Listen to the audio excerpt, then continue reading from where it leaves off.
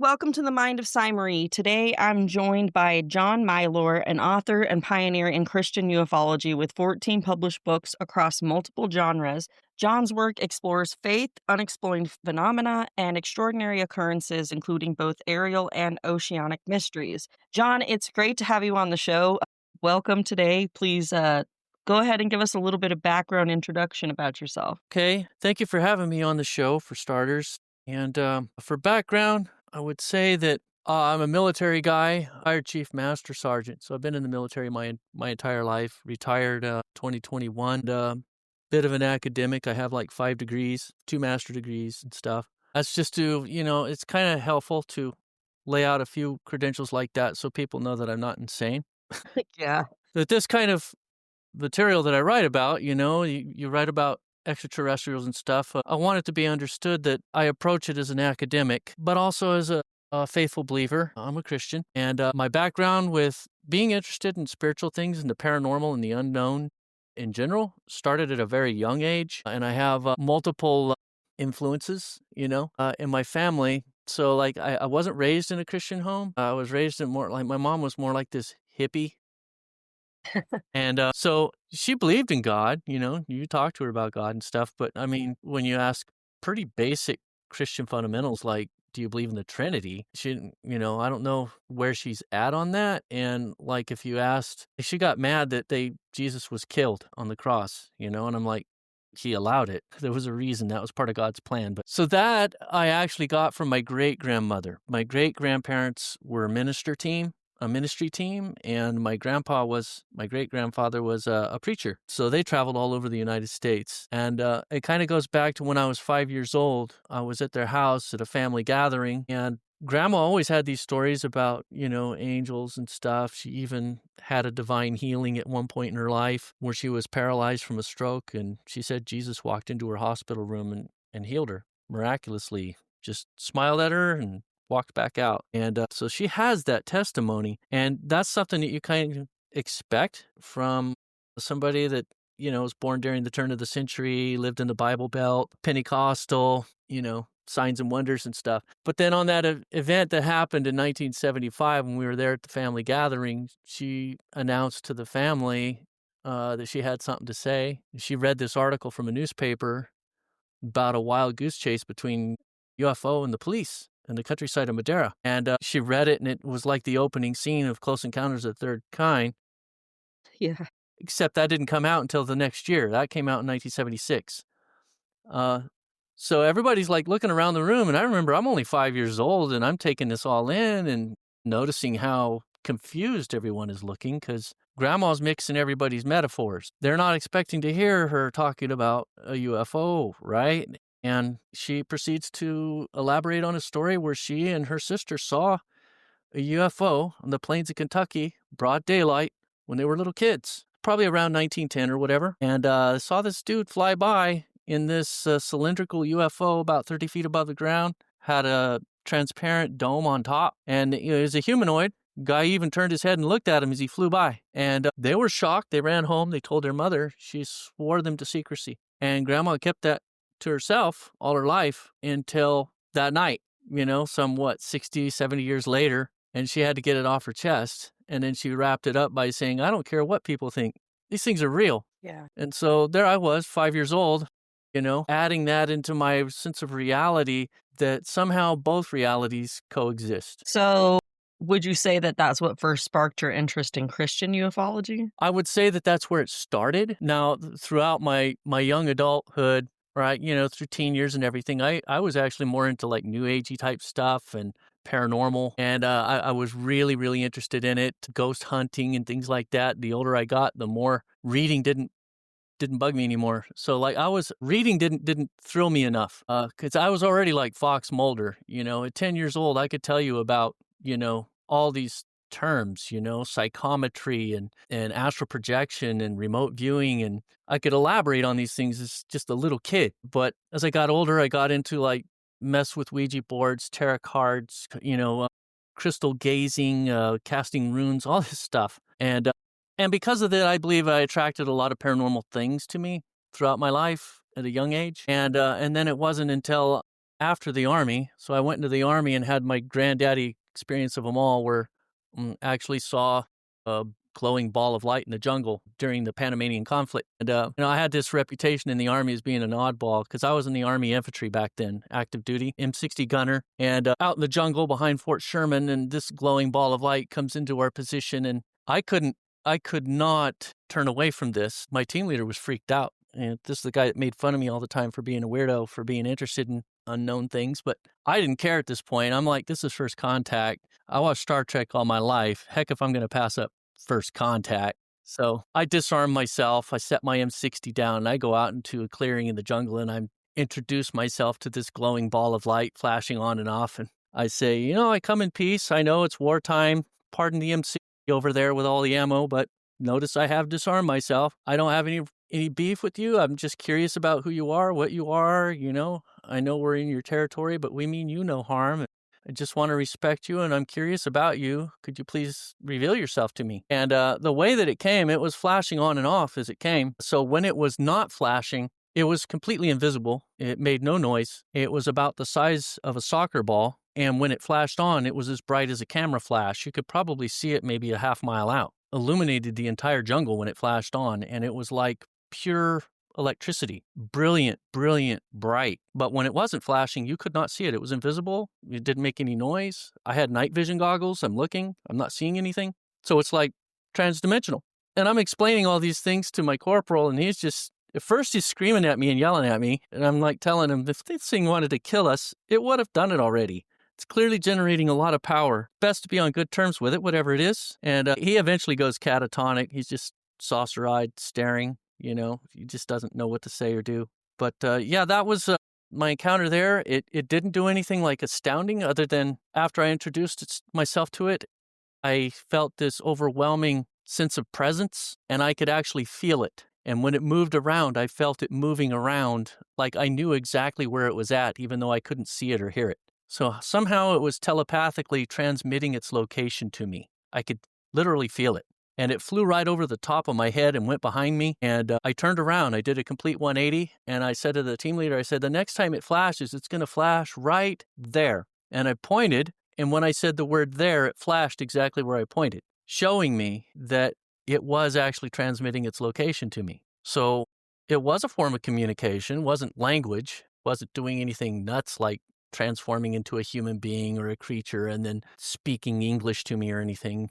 But it did relay a message to me telepathically of where it was moving and that it was sentient. It understood me enough to know that it knew that I wanted to communicate with it. So it did that. And I was completely astounded. I'm blabbering to my team leader about, this is no biology textbook has this glowing ball of light that's intelligent. And it ended up flashing on and off, did a perimeter sweep, went down into the jungle, did perimeter sweeps around the other two positions in the jungle, and then back off to the jungle it went. I tried to report it the next day, but they ended up making fun of me, saying that I was a wizard that summoned it, and it was kind of ridiculous. So I couldn't get any official reporting on it, but I tried. So, how did your faith and curiosity about unexplained phenomena influence your approach to writing and research on this topic? Okay, so after the Army, I was kind of on a downward spiral. A lot of things I went through during the Panamanian conflict, in addition to stuff in my life, is just, I was drowning in alcohol and other things, just trying to, cope with everything as it was, but not doing a very good job of it. And it was during that darkest time of my life when I was 21 that I had a dream that the dream was so astounding. An invisible presence was with me, showing me these different things. And then when I woke up from the dream, I recalled it. I knew that it was significant. It wasn't a normal dream. And it changed the way I felt. And I sat up in bed and I started recalling it. And then I remembered, oh yeah, there was this invisible presence that was with me the whole time, showing me this stuff. And I even heard his voice, talking to me a couple times. Didn't say much, but, I do remember that. And I remember specifically seeing this invisible presence moving things, but for some reason he was keeping himself invisible. So I couldn't see him. And I'm talking to myself in the bed and I said, who was that invisible person?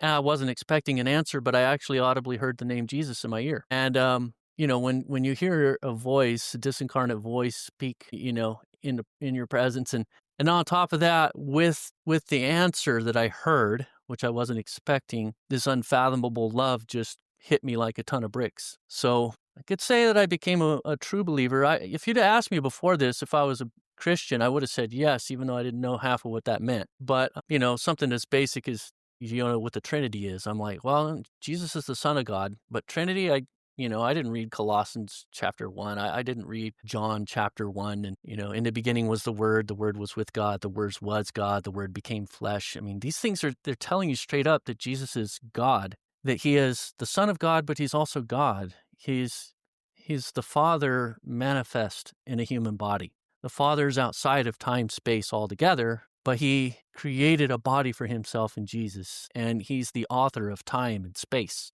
That's big. I didn't know Jesus was that big. And so I immediately started asking all these questions, and in the room, the first thing that came to my mind was, God, what do you want me to do for you? I mean, all my life, if I ever talked to God, it was always, God, please do this for me, please do that. And for the first time, I was like, is there anything you require of me? I mean, you created me, and I've always been curious about spiritual things and wanting to know stuff, but I never straight up asked God, what do you want from me? So I started asking that, and then I was suddenly started getting all this, well, you might try reading the Bible, maybe consider finding a church, possibly get baptized, just pretty basic checklist. And I was just so thrilled, to have such a sense of meaning and purpose and know exactly what I had to do. And then, of course, once I got baptized, all this crazy paranormal stuff started getting flushed out of my house, probably because I was doing Ouija boards and stuff like that.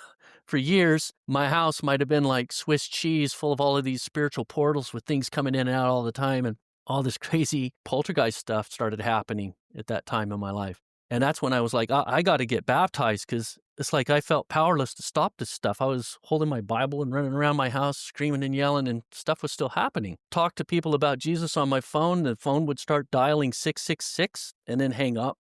I'm like, this is nuts. I'm a Christian. I'm yelling in the name of Jesus, get out. And it wasn't leaving. So I went to a church and got baptized, and then I was able to do an exorcism on my house. And I mean, they say you're not supposed to do exorcisms on houses, but only on people. But I could tell you from personal experience, it works on houses. So all of that stuff is going on. And at the same time, when I started reading the Bible, I mean, right at the very beginning, Genesis, chapter 6, I'm reading about angels descending from the heavens, intermarrying with the daughters of men and having children that were hybrids. And that threw me for a leap. I'm like, wait a second. I thought angels were spirits. Here it looks like they're biological species. But how can they even do that?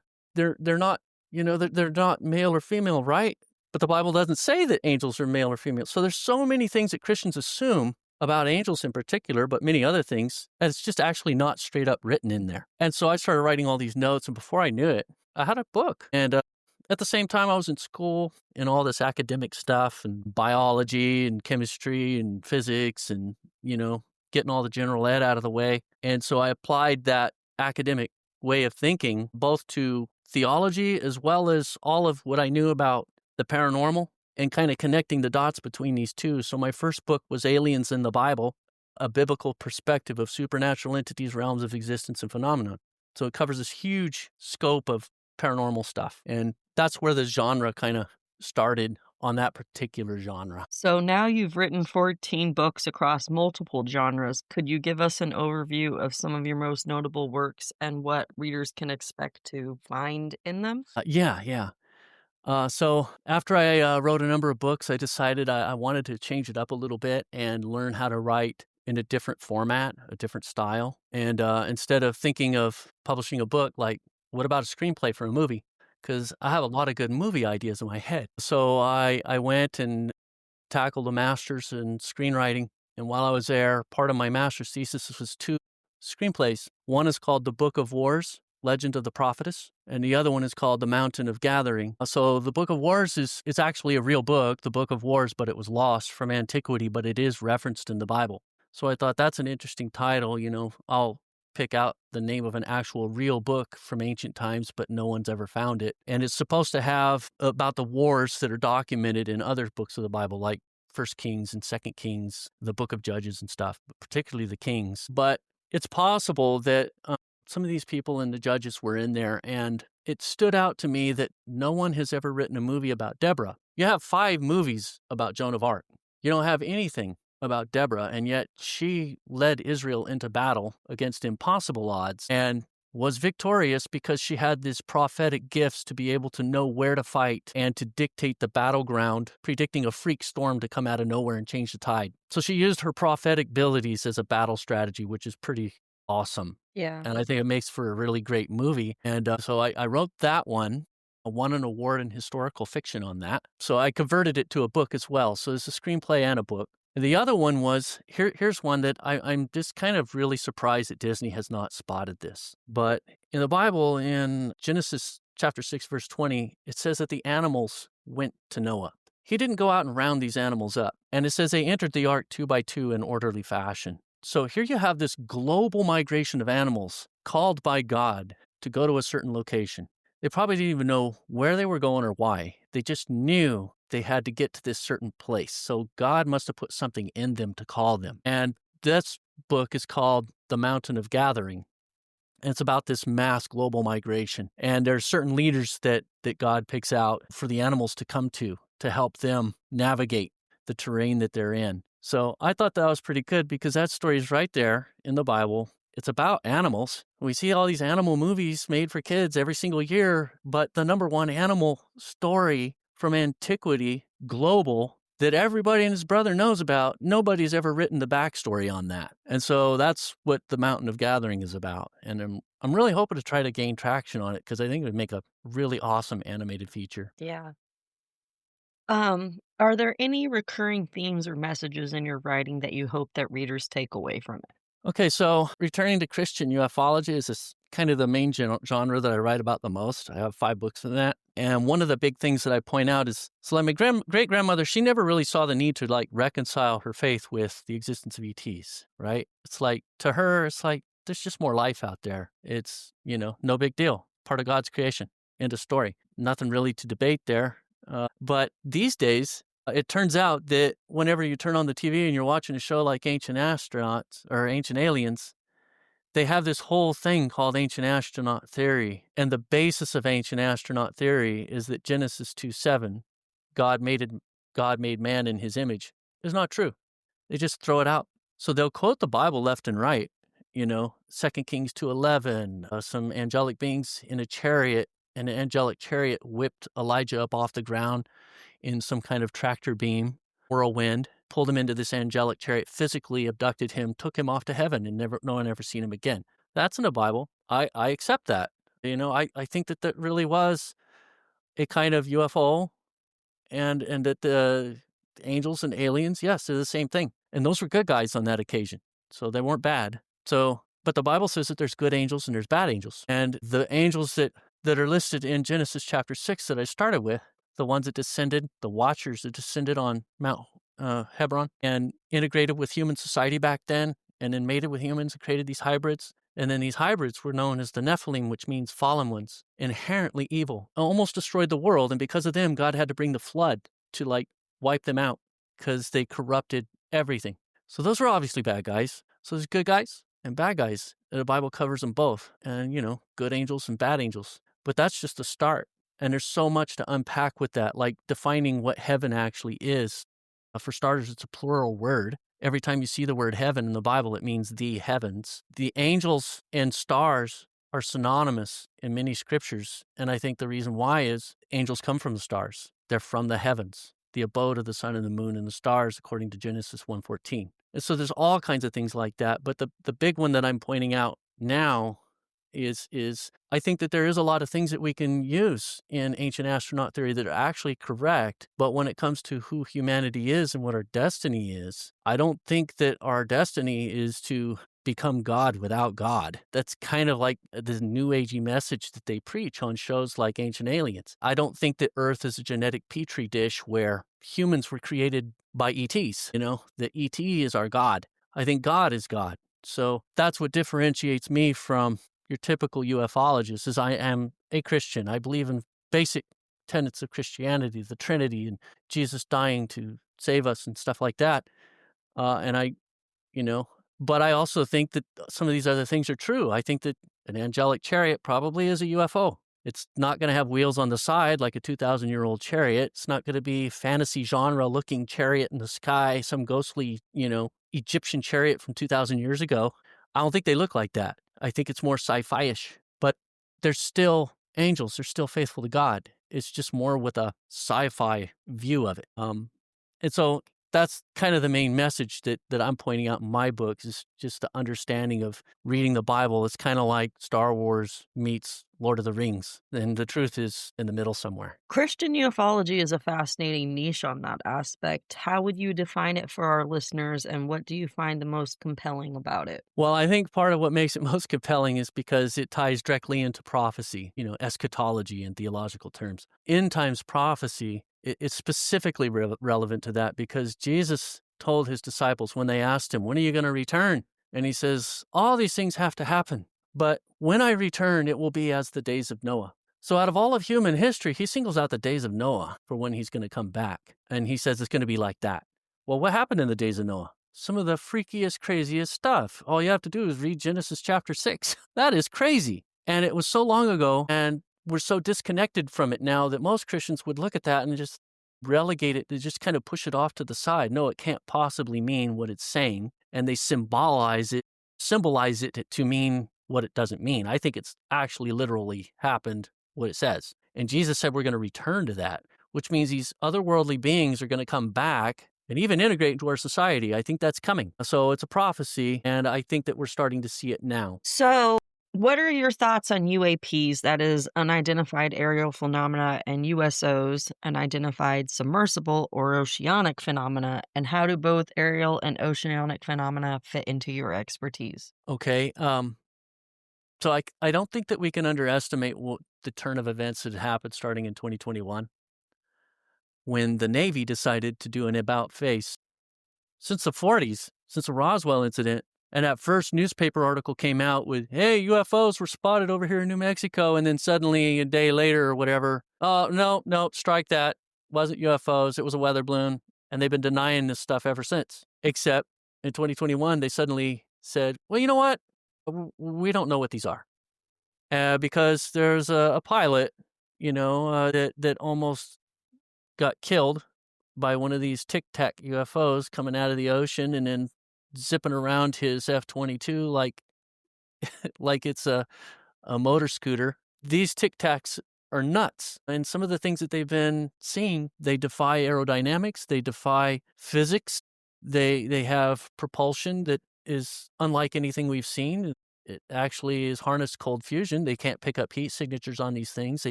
They travel 6 times faster than a submarine, come out of the ocean and blast off at outer space at speeds that would kill any occupant unless they've completely mastered gravity and inertia and they're controlling it. And honestly, if they do come from other dimensions or other planets, they would have to create quantum singularities in order to travel, punching out of this dimension and coming back in. So they are transdimensional by their very nature. And this was spotted, people on the decks of boats, people looking at radar, people looking at sonar, and then compiling all of this data, eyewitness testimonies and all of this equipment and everything all together in one consolidated data dump, and then releasing it to the news saying, we don't know what it is, but it's definitely something real out there. You can't underestimate that kind of testimony. And that's what's just happened. It's basically a soft disclosure.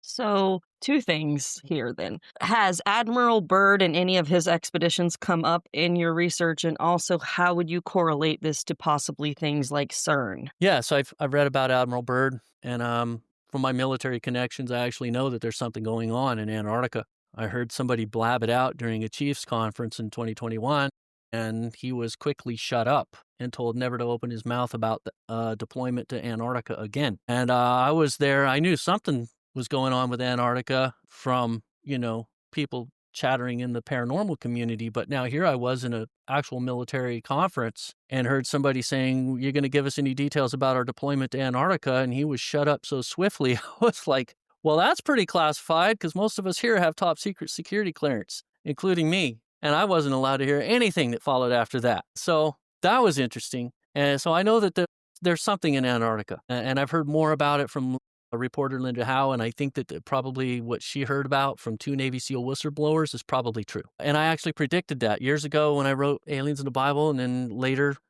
aliens and the Antichrist, I wrote that we are going to see archaeological evidence proving that there was an ancient civilization here on Earth that is highly advanced. That's part of Lucifer's kingdom that used to be here on this planet and God destroyed it. So I talked about it and now here I'm seeing it happen. So I think that that's interesting. So you mentioned Admiral Byrd, and that's the Antarctica connection. But then what was the other thing that you mentioned? The correlation between the experiments and CERN and how this might be connected. Yes. I actually just recently published a book, it's a sci-fi book, but it's called it's part of my Jimmy Prophet series. And I think CERN may actually be part of prophecy, Revelation 9:1, about the bottomless pit being opened up, transdimensional gateway and beings from the underworld coming into this world and flooding it. So whether there'll actually be physical beings flying around tormenting and stuff, I mean, most people who read Revelation chapter 9 think it's all symbolic, but I'm like wondering, maybe not. So many things in the Bible that they thought were symbolic, including Jesus being born as a physical human being. I mean, even Jews today don't believe that God manifested a physical human being. The seed of the woman prophesied in Genesis chapter 3, verse 15, was a literal biological seed. So there's so many things in the Bible that turned out to be actual literal. I think that it could be a literal gateway that they end up opening up at CERN and things come out and end up doing some pretty heinous things in this world. So, have you encountered any stories or evidence in your research that particularly surprised you or challenged conventional views? Well, quite a few. Like I said, I mentioned that, a lot of people used to tell me, as a young believer, angels are only male. But I read the Bible cover to cover and I'm like, it doesn't say that. Nowhere in the Bible does it say angels are only male. And so I took a lot of these things, and I wrote them down and systematically started knocking these things out. Another one, angels are supernatural beings. They don't use technology. Well, that's not true. If they didn't use technology, what's this chariot?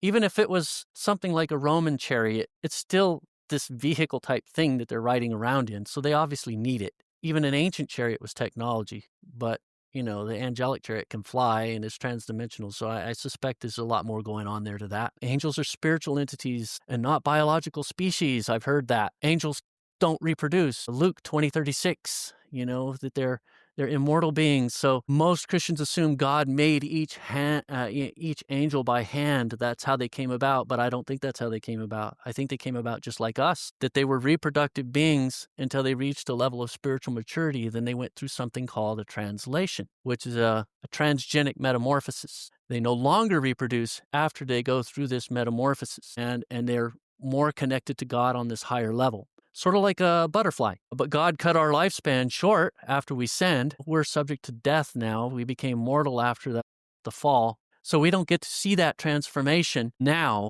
However, when Jesus returns, we're going to be translated to be like the angels. So he's going to make this come to pass. This original destiny he made us to be is still going to come to pass, but a lot of other stuff is sandwiched in the middle. But I believe that there's other species out there in the cosmos that were just like Adam and Eve, eating from their version of a tree of life until they reach this level of spiritual maturity, and then they translate it into angels. So I think that that's a more likely scenario because it makes biological sense out of these watchers when they came down to earth in Genesis chapter 6 and they were attracted to human females. Makes no sense for them to be attracted and to want to reproduce if they never had any kind of conception of that to begin with. But when they turned against God, they reverted to a former state, how they used to be before, biological and reproducing, and then that's why they did it. So those are some of the things I point out in terms of theology that really stood out to me as I was going through the research. So, for listeners who might want to explore these topics themselves, what advice would you give on approaching them critically? So be willing to ask questions about how Scripture is interpreted.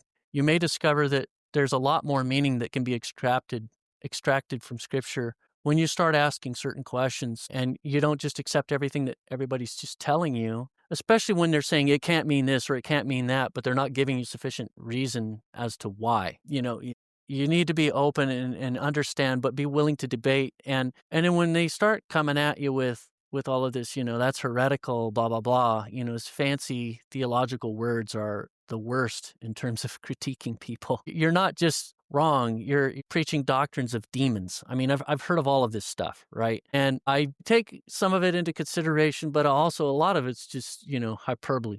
It's like over the top hyperbole. You ask some people questions and you you bring certain things up, they get all weird. I mean, want to see an example? Go look at one of the reviews on my book, Christian Ufology. This guy gave me 1 star, and he's saying, "This dude doesn't know anything about scripture, blah, blah, blah, blah, blah." I'm like, I quoted over 750 scriptures backing my research, and I have pages and pages of research notes. And all he could say is that I'm wrong and not even really give me any concrete example. That's ridiculous. So, I mean, be theologically honest and intellectually honest and proceed forward and go out there and ask those questions. Don't be afraid. I think that that's part of the reason why this whole genre is now a thing. Because 30 years ago, when I first started writing this Christian ufology genre, it didn't really exist, but now it does. And there's quite a few people talking about it because they're like not afraid, they're just going to ask these questions and keep going. And until they get a satisfactory answer, then the questions are still going to be there. And those questions need to be there for the things that we're going to see coming ahead in the future. Okay, so looking ahead, what's next for you? Do you have any upcoming books, projects, or areas that you're planning to explore? I am really kind of pushing hard on the Mountain of Gathering right now, trying to get this thing noticed. I'm going to be pitching it to different organizations like the Kairos Prize and the Nichols Fellowship. It's pretty hard, though, because a lot of them are biased against Christian content. I mean, the Nichols Fellowship even had on their website, don't bother pitching anything that's a Bible adaptation of any character in the Bible. It's like, well, that's open-minded. Thank you. But I went ahead and pitched it to that anyway. And, there's others out there. So I'm really working on that one. I'm also looking for a real literary agent and not a fake one. I keep getting these scammers contacting me every week. And that's an author thing. They Yes, know. it is. Absolutely is. I was gonna say, as far as your children's animation, that sounds like a really good idea. You might wanna look into Angel Studios. I've looked, of course, just pitching. They want like practically the movie already made, and then you just deliver it to them. A lot of the studios do want that, I have to admit that. I also do screenplays, and I've had one that I worked on a producer with, and it's gotten great feedback and notes from other different industry people, and a couple of different studios have approached me saying they were interested, but there are a lot of different they really want a full, complete project as much as possible, so if you can get an indie team together and then get things into the festival circuit, that'd probably be a better avenue for you, but it's always a possibility. There's a lot of independent studios that are popping up that you could look into that might be more open to it, but it's been a pleasure having you on the Mind of Sai Marie today, John. I really appreciate you sharing your expertise, your journey, and your insights. Thank you very much. And that's really awesome hearing that you're a screenwriter too. Yep, 28 titles out as books and 1 full-length feature film, but I've done other scripting and things for different types of companies and transmedia, but I'm kind of one of those people that have my main career, and then I also offer services and work with other people as a freelancer, so many, many different buckets of creativity that I have fortunately been blessed to work in, and I just work at it every day. Yeah, that's awesome. Well, that's what I endeavor to do. Well, I wish you luck on your journey, and thank you for sharing your story with us today, John. Pleasure to have you, and I hope that you have a great Wednesday afternoon. Okay. Thank you very much. Same to you. Bye.